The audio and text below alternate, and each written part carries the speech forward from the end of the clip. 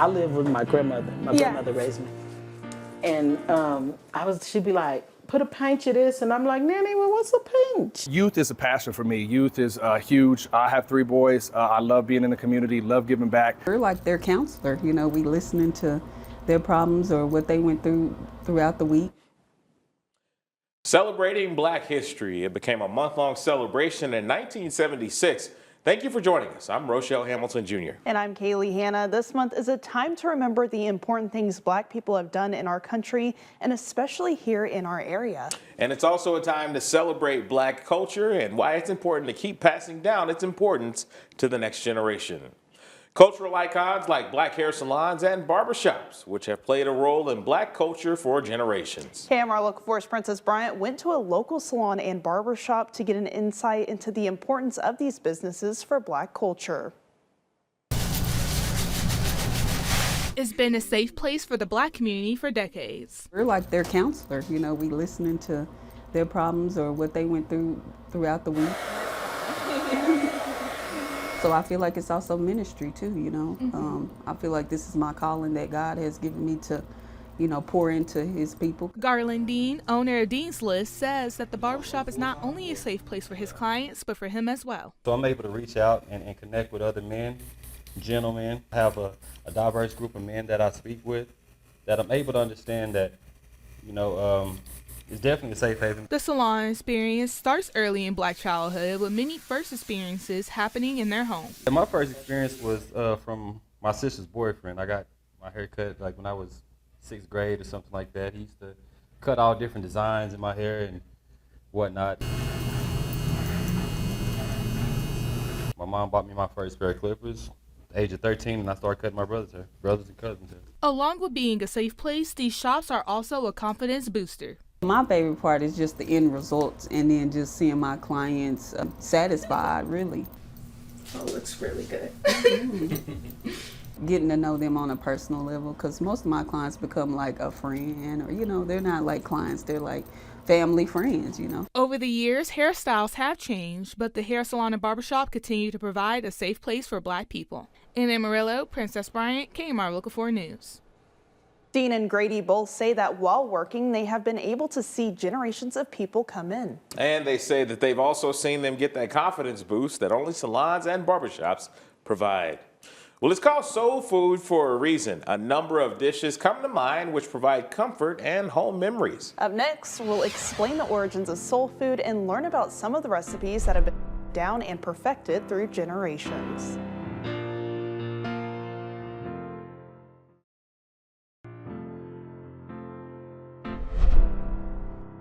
Taking something that was considered less desired and making it into something tasty and beautiful for many generations in the Black community. And we're talking about some good old soul food. Our Princess Bryant brings us the history of soul food and even takes us to the kitchen. Soul food. It's been in the Black community for decades and is something that is cherished for many. Mac and cheese is one of you can't have soul food without mac and cheese. Yeah. You have to have mac and cheese on your table. It's required by the elders, it's required by the kids. Soul food includes things like oxtails, collard greens, and mac and cheese. Food that was once looked at as the less desired food and saved for the slaves to eat. And so some of the traditions from Africa made it into the food there on the plantations. And then of course, people come up with their own concoctions and whatnot. Dr. Farmer adds that the Black community used their time having to be the cooks for the white families to make what we know as soul food today. If you read the letters between the plantation owners and other white people on the plantations that the Black people cooked for, it's amazing. It's fun reading because they write to each other how much they love the way their Black people cook. The traditions of cooking have been passed down throughout generations for Black people and bring back memories and important stories. For Romaine, when she thinks about being in the kitchen for the first time, she thinks about her grandmother. She would sit on the bed. Yeah. She couldn't, when she got to where she couldn't move and go in the kitchen and cook, we cooked for her. And so she would be in her room telling you how to cook, and you like, Nanny. I lived with my grandmother. My grandmother raised me. And she'd be like, put a pinch of this. And I'm like, Nanny, well, what's a pinch? Over the years, soul food has become more than just a plate of food for the Black community. It's a way to come together, show love, and continue on traditions. Everything has to be, the cornbread has to be made. I still chop up, or I use my processor with my celery and onions. And then I have other seasonings that I use in it. Yeah. And then everybody make it a lot different, but I stick to how grandmother made it. It's grandma's recipe. However soul food is made, Romaine says one ingredient cannot change: love. In Amarillo, Princess Bryant, KAMR Local 4 News. Romaine says she hopes with each bite of food that someone takes, they can taste the love she puts into each meal. Now, Princess spent a lot of time with Bustin' Soul Food in our studio kitchen. Take a look at a recipe they shared with us. Welcome back, everyone. We used some TV magic. We got some more meat laid out and everything for us. And the mac and cheese, the noodles already drained. We talked about how you could do a baking dish method, but we're running close on time. So if you need something quicker, you can also use the pot. So tell me, what do we need to get ready for the pot? So I put the cheese inside the pot. You can put it all in the bottom of it, because the cheese is what needs to melt, because the noodles are already done. Yeah. And so we put all the cheese in, and then we'll put some milk. And you're using buttermilk, right? No, regular milk. Regular milk. Okay. No buttermilk. No butter, regular milk.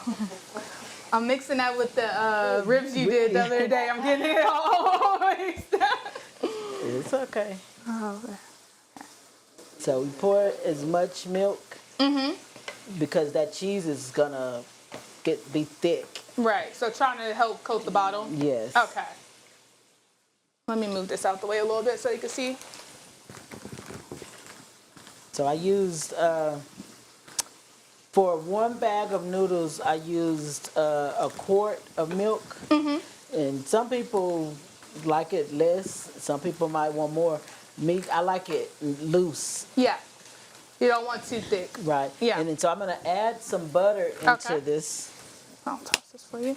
And I know we mentioned the baking dish, but you said it's not really necessary unless you're using an egg. An egg, or most people do like a roux, and I'm not doing that today. So Right. It's a little more simple for us. So just a scoop of butter. It'll melt in with the cheese.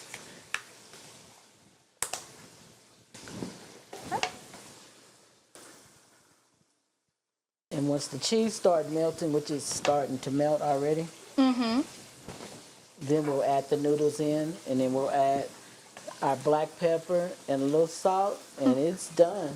Like you said, the baking dish, you set it at 350. How long do you usually cook it in the oven? Till once you put it on the bacon, once you put it in there, and then you put the cheese on top until the cheese gets brown. So until the cheese melts. And I know you have paprika. Do you only do that when it's in the baking dish method, or do you also put it on top of your pot method too? You can add it in. Okay. I don't always use it, but it kind of gives it another little taste. Yeah, so it adds more taste to it too. It's not just for color. Yes. A little taste. Okay. It's mostly for color, but it adds a little taste. Yeah. All right. And the cheese is already starting to look melted. I was about to say tip it up a little bit, but that may not be that great. There we go. They could kind of see it melting a little bit. Yeah, there we go. I was like, that could work or it could not work. Let's see which one. But it's gonna work. It's gonna work. But there we go. So you're putting all the final touches. Once the mac and cheese is in there, like you said, it's pretty much done at that point. It's done. Yeah, you just want this cheese to melt and not let it stick at the bottom. And that's why I'm just steady stirring it. But it's done. Yeah. All right. Well, thank you so much for joining us today. Like you said, we're getting towards the end of the process. Noodles get dropped in. Once noodles get dropped in, you can't mess it up from there. It's pretty simple. After that point, then you could just heat, or you could just serve it up. And it's ready. It's all ready. Well, thank you it. so much for coming in. I know our crew is happy. You brought so much food for us. Thank you for having me. Dressing, ham, all the works are out. So I know everybody is happy, get to have some good soul food, was able to learn a little bit about soul food and why it's important and everything. So thank you so much. Well, he's one of just a few black firefighters serving and protecting the city of Amarillo. But how did he decide to put on 50 or more pounds of gear and respond to a number of situations? We'll explain.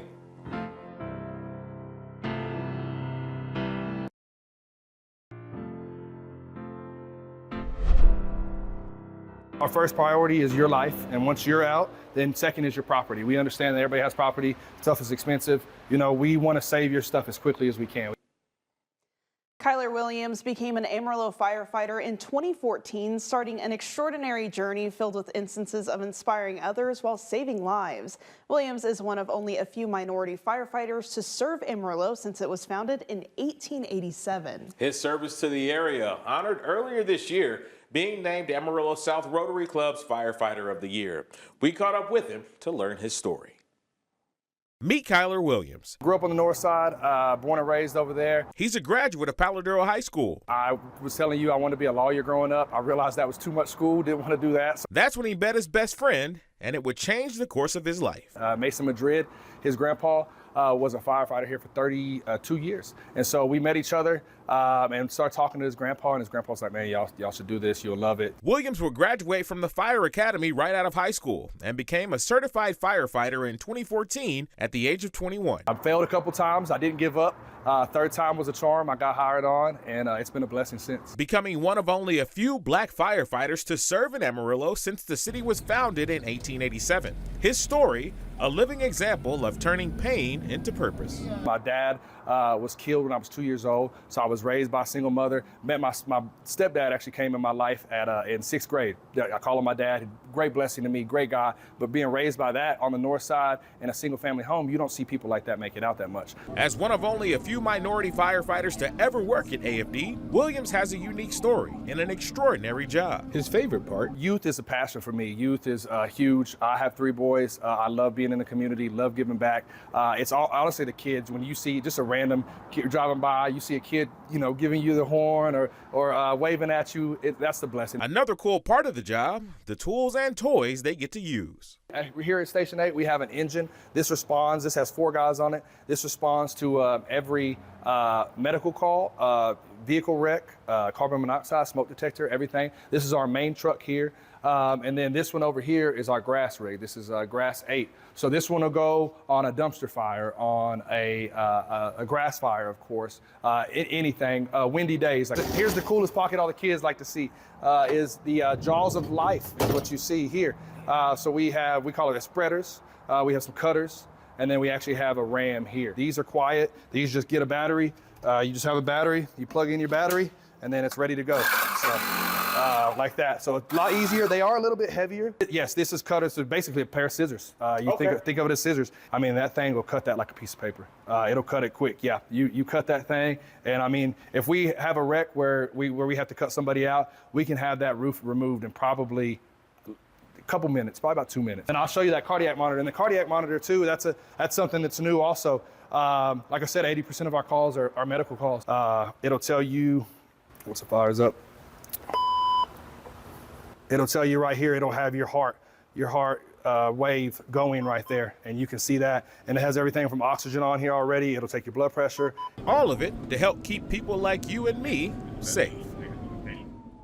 Now, one note of safety. Williams says always keep your bedroom door shut when you go to sleep at night, because if a fire starts in another part of the house, it buys you valuable seconds to get out safely. Also have a working smoke detector and carbon monoxide monitor in your home.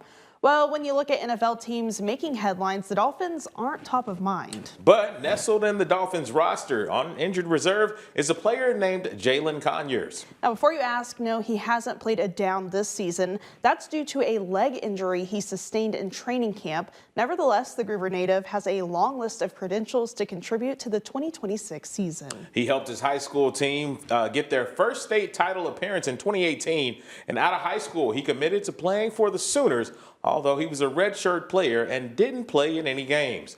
He entered the NCAA portal and was picked up by Arizona State playing there for 3 years. Then he transferred to Texas Tech in 2024 and played a year there. He was one of 4 Raiders to be invited to the NFL Combine. Experts say he had some pretty strong showings at the NFL Combine, but wasn't drafted.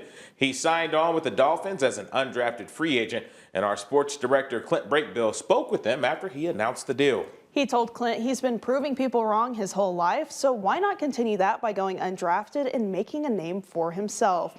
And he isn't the only area athlete making it to the NFL. You may recognize the name Philip Bleedy. He went to Portales High School. After high school, he played at Texas Tech from 2000 to 2022, then went to Indiana for a year, and then Auburn for a year. In May 2025, he was signed as a rookie free agent to the Tennessee Titans. He was cut from the team in August, but days later was signed by the Patriots before being released. No matter where Bleedy goes next, his name is added to the many standouts from the area that have gone on to make it to the NFL. During Black History Month, we're reminded that Black people couldn't just walk into their favorite hotel, restaurant, or even church. That's where the Green Book came in to help. We'll go through what was inside the book and how this area contributed to it.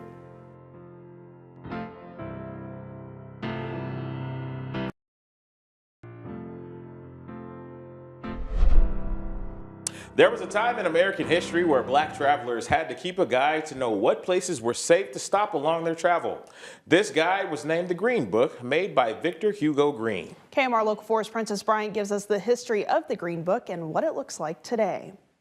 The Green Book, used by Black travelers from the 1930s throughout the Civil Rights Movement, letting them know as they travel across the country, especially here in the South and across the Panhandle, what businesses were safe for them to stop at. Those businesses include hotels, restaurants, salons, churches, and everything in between. And demand was huge, and people would mail him letters saying, okay, I'm here in South Carolina, this is where you can go here if you're Black. And then it grew and grew and grew. In the 1960 edition of the guide, the businesses listed included Tom's Place Restaurant and Watley Hotel. The last book was printed in the 1960s, and many of the buildings look like the one right here behind me, demolished and no longer standing or turning into something completely new.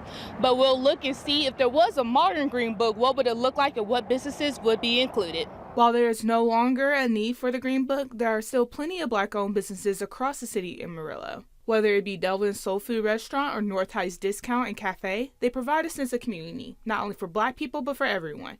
One local Black-owned business is Alexis Beauty Supply and Salon, working to make sure everyone feels and looks their best. My mother-in-law had done. They didn't have something in the community in North Heights at that time that had beauty supplies, and you get your hair done there as well. So she came up with that concept. You buy your supplies here, you get your hair done here.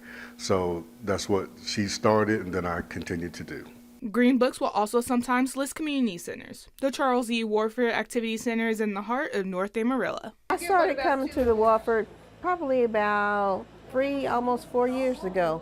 I've been retired for 15 years, and I needed something to get out of the house and do.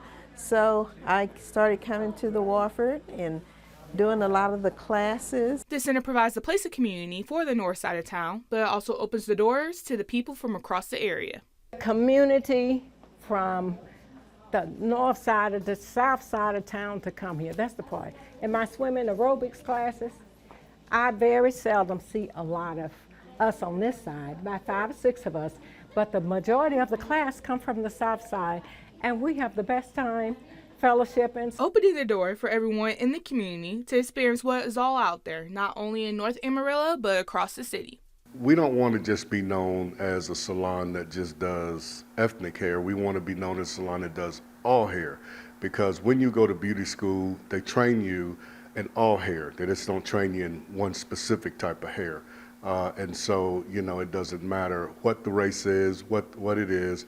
If we can do the service, we're going to provide that service. In Amarillo, Princess Bryant, KAMR Local 4 News.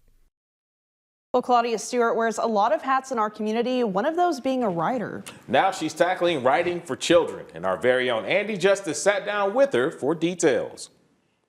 This is an amazing collection of books. First off, you've been writing for a long time now. How many years? Almost, 30, 40 years? A lot of poetry, a lot of prose. And now we're jumping into the kids' books. Absolutely, absolutely. And this inspiration actually came from my grandchildren over 20 years ago. Okay, so they're all, Albie goes on adventure. So this one is Albie, the penguin with the broken wing on safari. So, but you said how this all got started so many years ago with penguins. You just sketching penguins. Yes.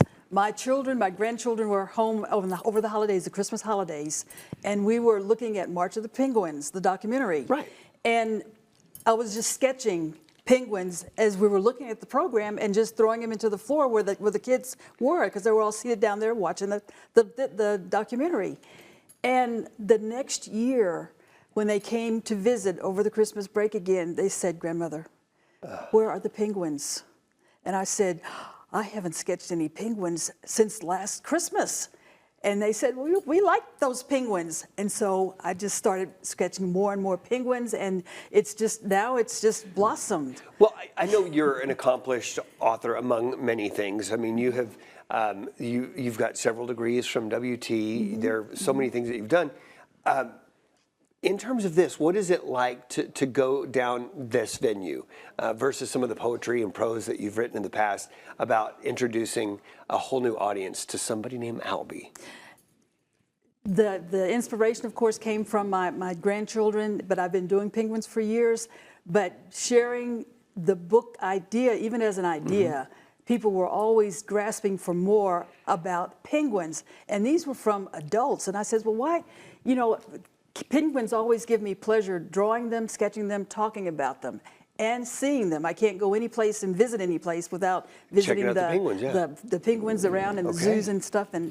And so in talking about it and just looking at people's expressions when we talk about penguins, everybody likes penguins. I would have to agree. And so this is a 3-book series. So you have Albie, the penguin with the broken wing on safari. What else do you have? This is Albie, the penguin with the broken wing. This is the first book that explains who Albie is.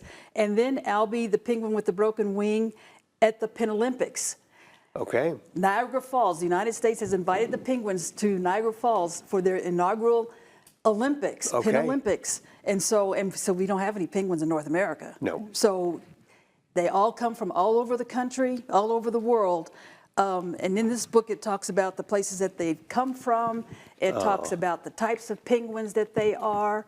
And that's great. In addition to all of this, I have an amazing, amazing illustrator. Bones Hooks was a significant figure in the Amarillo community. There's even a local park named after him. And we're diving into his life and legacy. We recently sat down with our good friend King Hill for another Panhandle Legends episode. He spoke with us about the history and impact of Bones Hooks. To hear more about the Green Book and Black-owned businesses across our city, and to watch the Bones Hooks special, go to myhighplains.com or the KMR Plus on CTV.